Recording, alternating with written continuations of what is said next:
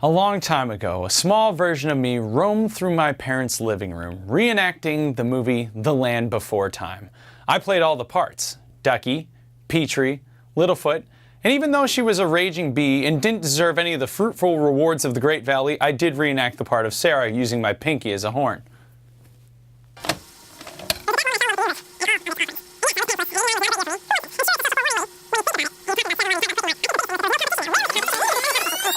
You're wearing sweatpants. No, your dad's in a FUBU suit and you're thinking, what am I doing here? Sweep the leg, sweep the leg, sweep the leg. What? At 1? At 10. It's at 10? There's a 10 o'clock meeting. Everyone's being summoned. Okay, I'm still good. I've got like 2 seconds. Bart J. Simpson. Oxygen problem. Like the 3 dogs from Homeward Bound. Sure, I've lost my way, but I'm back to explore tabletop, adventure, fantasy, personal finance. No, who wrote that on the cue card? You know I'm bad at math and all things life as we know it. So welcome to Late Night. Or is it?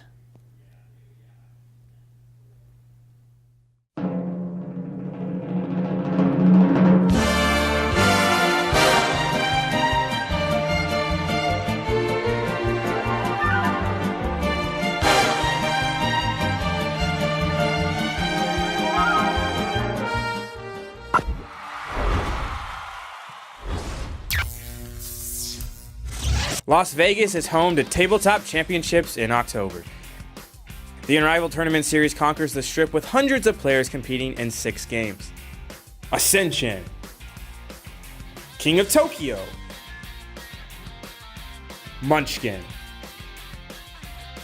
Nevermore, Epic Spell Wars 2, and Villagers and Villains.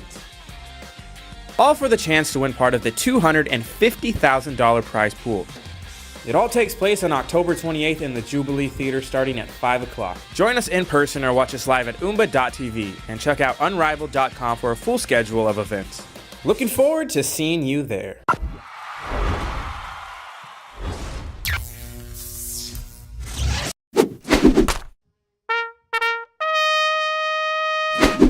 Okay, so you're in the dark web. I'm not gonna ask any pressing questions. You've made your way around the Tor network and you think you know everything you need to know when it comes to games, but maybe, just maybe, lying underneath the Mjolnir are more games that you haven't heard of. Well, let's be honest, if you're in the dark web, you've probably heard of them. But just in case you haven't, we're gonna talk a little bit about... Hey, Eddie.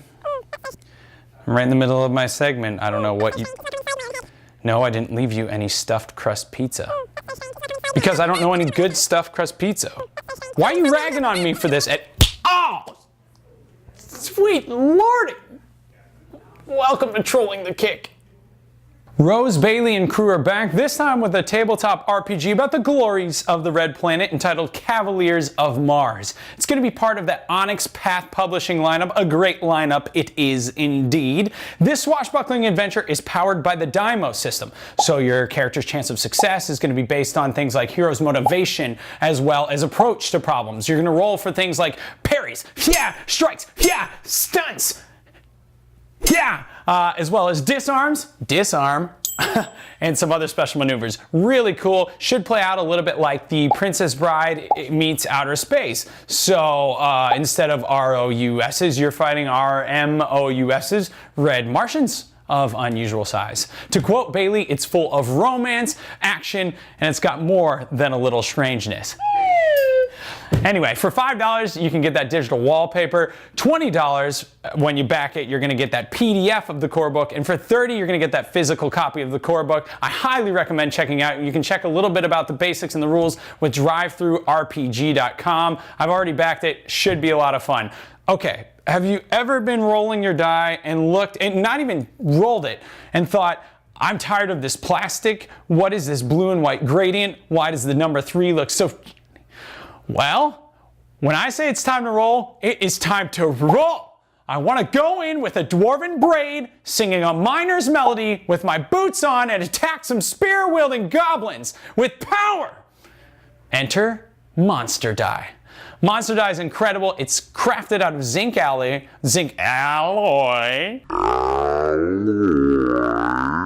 They coat it with copper, silver, or titanium and red. And trust me, that titanium red is amazing. And they're monsters, and they are some cool looking monsters. Ride into battle with your basilisk, break down some doors with a kraken or a fire drake. They look incredible. Check them out. They've almost met their goal, and I guarantee you you're gonna like the product. Really cool. $9 is gonna get you one of those monster die, and let's be honest, monsters and die go as well together as undies and elastic. Finally, we move on to Resident Evil 2, the board game.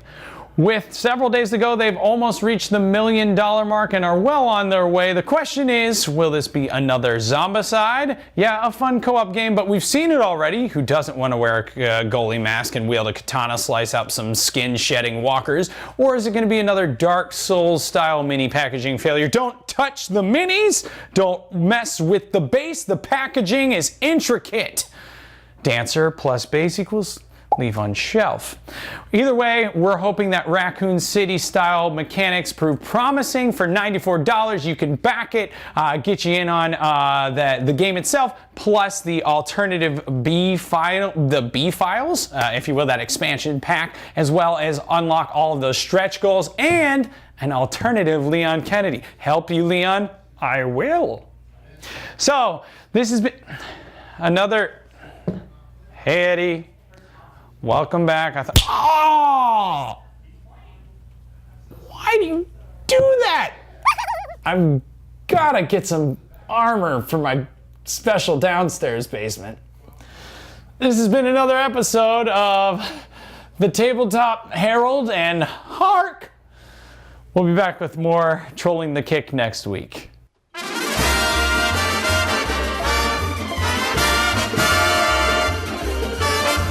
Welcome to a sensible argument between two gentlemen.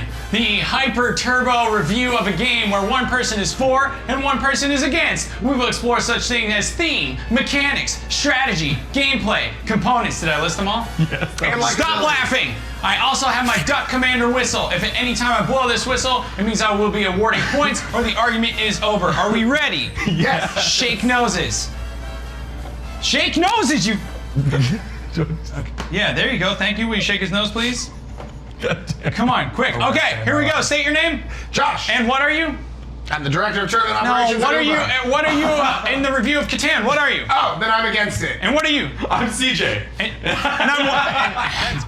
You know his stance. Players, are we ready? We've shaken noses. Here we go. Go, CJ. Okay, so Katana is an amazing game in which you basically play with your friends, you quickly roll dice, collect resources, and basically be the first one to get 6 points. Okay, Josh, go. It's a game where you and your friends argue a lot over how to trade resources because there's not good setup trade rules. The politics behind the game and the way the game ends up laying. Stop! You got political. Minus 1 point. 1 point to CJ. Next beat. Theme. Go. The theme of the game is that you are actually Stars of Catan. This is Catan, which is the map in front of us that we are exploring. We are settling with villages, we are settling with cities, building roads, and trying to build as much land as possible. How many roads have you ever built in your life? 0. Minus 1 point for CJ. Josh, strategy, go. For the record, I built 16 roads once. 2 points for Josh. Nailed it. Star Trek Catan is awesome. Regular Catan is just kind of plain. It's plain. It's very blank. There's no defining characteristics of the cities. There's not a whole lot of difference between the two, and forests and sheep look similar. Time out. Freaking Minus 1 point for stuttering, taking too long. You're still ahead by 1 point. Please don't smack me. Okay, let's go to mechanics. Go. I liked it. Mechanics. Game mechanics are you are rolling dice. The board itself determines how you score the points. You are getting resources which you're allowed to trade and do whatnot. You can either build cities, roads. You can also build cars that give you effects. And then you also just basically try to get the most points as fast as possible in many different ways via roads, cities, villages, cards, and also effects. You forgot orange sheep, minus 2 points. Josh, go. Why are you against the mechanics? Dice rolling sucks. 2 points for Josh. Sucks. Like, it's always near the same numbers. There's a huge random factor, so it leads to feel bads for people that, you know, have common numbers that just don't get rolled. +3, we don't care about field ads. Josh is in the lead, 12-1.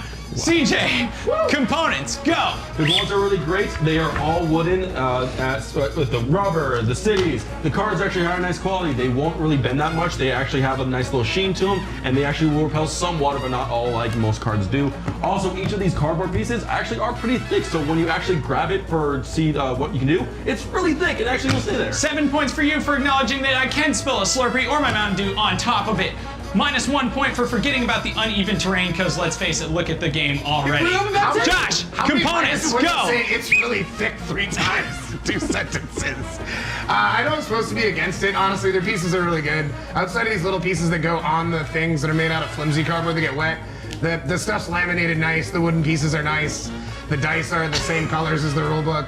+2 for... I have a lot to hate on this one. +2 for acknowledging that you're going against your own argument. And the winner goes to Josh today! Even though he was against Catan, he's really for it. We're all about double backing here at Oomba. Thanks for watching a sensible argument between two gentlemen. We will be back. Minus 1 point for stuttering. Yeah! Got it. We'll be back with more of it next week. On myself. We'll be back with more Late Night or Is It right after these messages.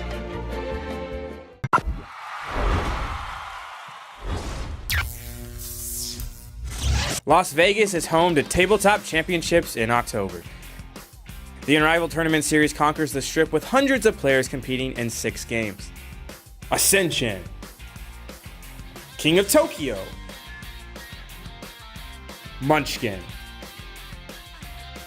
Nevermore, Epic Spell Wars 2, and Villagers and Villains. All for the chance to win part of the $250,000 prize pool. It all takes place on October 28th in the Jubilee Theater starting at 5 o'clock. Join us in person or watch us live at OombaTV and check out unrivaled.com for a full schedule of events. Looking forward to seeing you there.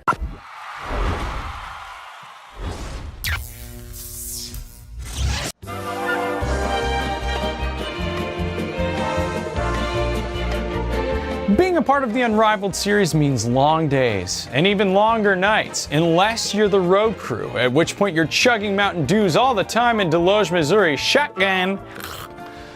I guess what I'm trying to say is that when exhaustion strikes and tabletop strikes back, it can get really ugly.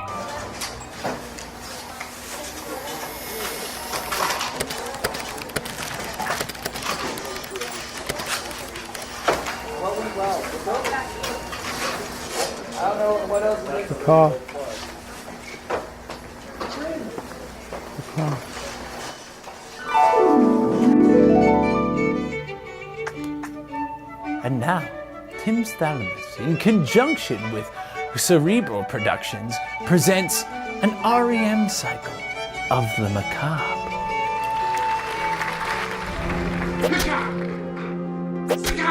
Ow! Sammy! God, I'm dead.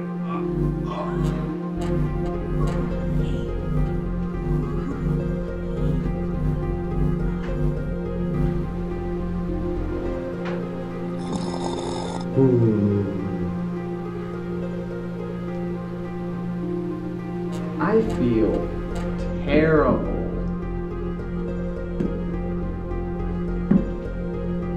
Brilliance. Aid. Spoils of victory. So satisfying. My cup runneth over with the... Ow! Ow, what the heck? Ouchie, I'm dead! Ooh, so bright. So fascinating. So many friends.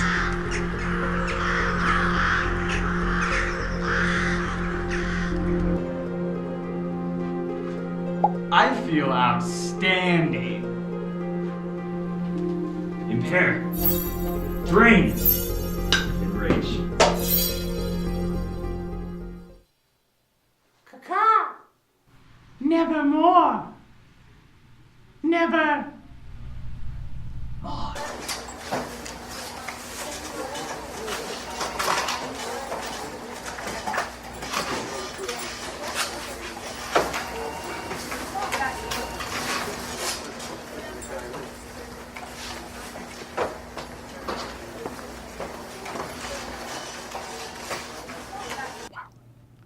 That was special. God forbid you catch me in a full REM cycle. Whew. Anyway, this week on Publisher's Corner, we head right up the street to check out a company who's always doing some amazing things. Cryptozoic Entertainment. Do you like gore, guts, shrooms, and great tabletop? Well, we've got just the game for you. This week, we're at Cryptozoic Entertainment. Here we are for Publisher's Corner. I'm Tim, as you well know, and I'm here with just someone who I idolize, Corey Jones. Corey, tell him your official title, just so I don't spoil it. It's a theatrical performance. For board games, I'm one of the founders of Cryptozoic, Yes. and I'm also the creator of Epic Spell Wars, of the Battle Wizards. Duel at Mount Skullsfire, Well, that's the first one. Rumble at Castle Tentakill, and Melee at Murder Shroom Marsh, which we are looking at, which you guys previewed at Gen Con. Yeah, clearly we're big fans of alliteration. Why? If no alliteration, I'm not interested. Oh, alliteration's the best. Alliteration and wizards. Yeah, alliteration's part of the thematic of Epic Spell Wars. Usually we focus more on sex and drugs and being as offensive as possible, but we also put some alliteration in for sure. Why? What do you mean? What is Grizz Glowballs? In fact, there was actually, I did have a question that, if I'm allowed to pry, Sure. What is it like to have your throat ripped out by sentient testicles? You know, when I imagined how that would be, I was able to write a very nice art description that I think really carried through, but I can't imagine it's very pleasant. Of all the ways to go, killed by sentient testicles has got to be sort of low on the list. Although, if you want to see a comprehensive list of ways you don't want to die, it pretty much are wrapped up in the Epic Spell Wars games. I love all of the death choices in ESW. Some of my favorite things about them. I'm trying to actually think. Death by Bob, I would have to agree, is Our logo. Yeah, I was never ready for Death by Bob. One of my favorites from Melee at Murder Shroom Marsh is one of the last piece of the spell is adult responsibilities, and it has a guy shooting himself in the head, surrounded by bills and crying kids and DMV stickers exactly. and gas line experts coming to your house. I don't want adult. I'm nervous to know that that's in there. Yeah, it was the one that struck closest home to me. It's the scariest one. I'm just kidding. I love my life. It's great. I love taxes. Love taxes. Right. So this iteration, the third gen, so many questions. What are the main differences between the third gen and the previous in the Rumble? So we had a thematic focus on this one for we're always trying to figure out something edgy and weird and funny, and it all relates to a larger story that I've built around Epic Spell Wars. But in this particular case, it's about drugs. And so the Murder Shroom Marsh, mushrooms. I don't know. I don't know mushrooms. There's a drug component to the mushrooms in the game, but we actually added bad trips and cantrips. Okay. And so they're really fun little extra components to the spells that make different things occur. Right. That's sort of the biggest. What we're trying to do with each of the games is add one new component. Like we have the blood component for the last one. For Tentakill, and now this one we have the bad trips and cantrips. We also added, last time you had creatures that stuck around, that was a big deal. This one has a combination of creatures and just outright like spell effects. We have dual glyph cards. So we have cards that require or have both glyphs on them, so it creates some nice little combos. Those are the big new mechanical changes to the games. And we're being careful. I don't want the mechanics to go so far over the top in terms of new that it becomes like, wow, this is a little more complex. One of the great hallmarks of Epic Spell Wars is that it's super easy to pick up, super fun to play, and relatively strategic. I think one of the things people say about Epic Spell Wars, it feels real random, but it's not. It's actually got a lot of skill to it.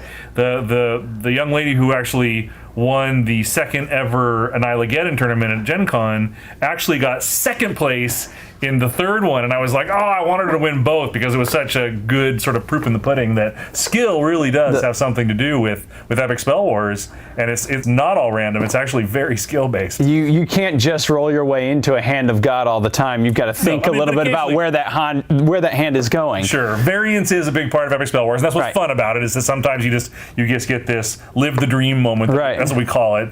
We want all of our games to have that live the dream moment where you're just like, oh yes, and you play all these cards and you go go crazy and you win. I love the idea that living the dream is attack lanching my best buddy. Yeah. Sure. Here, surrounded by rocks, eat that. You also your girlfriend take those rocks as well. Or you get the nice stacking where you trigger 3 cards and that lets you pile some more cards on top and you just go crazy. So those live the dream moments are really important to us, but the game is very, very strategic. And I think once you start to play it and you get a little farther into understanding how each of the cards works and what are great combos and sort of holding back and then waiting for certain cards to pop up before you go all in, there's actually a lot of really great strategy to the game. We talked about daughter. You have a daughter. Mm-hmm. I have a daughter. I was going to do family heirloom. This is what I was going to pass over. So it's important that I actually take this copy of this. I feel bad for the kid. Why? This is your inspiration. You're giving her things to think about. Yeah, I guess. Drugs, STDs, and more drugs. My daughter, actually, I put her in the first one. What? Her name is Holiday. So Princess Holiday and the Fury Corn in the first one is actually named after my daughter. She was not impressed. She did not care for that. What? That's such an honor. I know. I put her in all my games, but she's always like, thanks. Are you kidding me? Is she in? She likes it. I put her in Hex, my digital card game. She liked that, but at some reason she's not very princessy. So I made her a princess, and she was kind of pissed. Like, is she anything different in the second or third, or no? No. She was just like, I'm backing out of after that series. I believe she told me, if you want to put me in games in the future, you're going to have to get my permission, something in writing. All right, we'll hold a broadsword to you. That is awesome. Thank you, Corey Jones. We appreciate it. Thank you for everything. Check it out, Epic Spell Wars. This is Epic Spell Wars 3 Melee at Murder Shroom Marsh. Get it at your local gaming stores. We will see you later. That is celebratory 5. Thank you so much for watching Late Night Or Is It? Plus 5 points if you're playing our in-house competition game. We love our Oomba competitors. Plus 5 to you if you noticed that I grew a beard and it got shaved all within the episode. Facial lice is nothing to joke about. If you have a facial infestation, try Non-Itchy Mitchy, new from Nitchum. Nitchum nicks the scratch. Finally, it's with a heavy heart that I announce my goodbye. This was it for us. We did good. We got one episode in and then we got canceled. I can't imagine a more gratifying audience.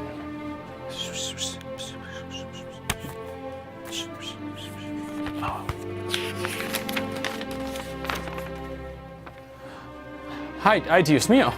Oh, happy day. We got renewed. They picked us up for one more week. Oh, hot diggity dog and Dijon. We'll be back with one more week. This is so exciting. A special thanks to Corey Jones from Cryptozoic Entertainment. All the people here at OombaTV, our editors, Fredo the Sauce, my Taylor Am. Want to shout out to you. We'll be back with more Late Night Or Is It next week. God, man, rip. This is so exciting. I've always wanted to do this. I want the confetti. We can throw something in After Effects for that, right?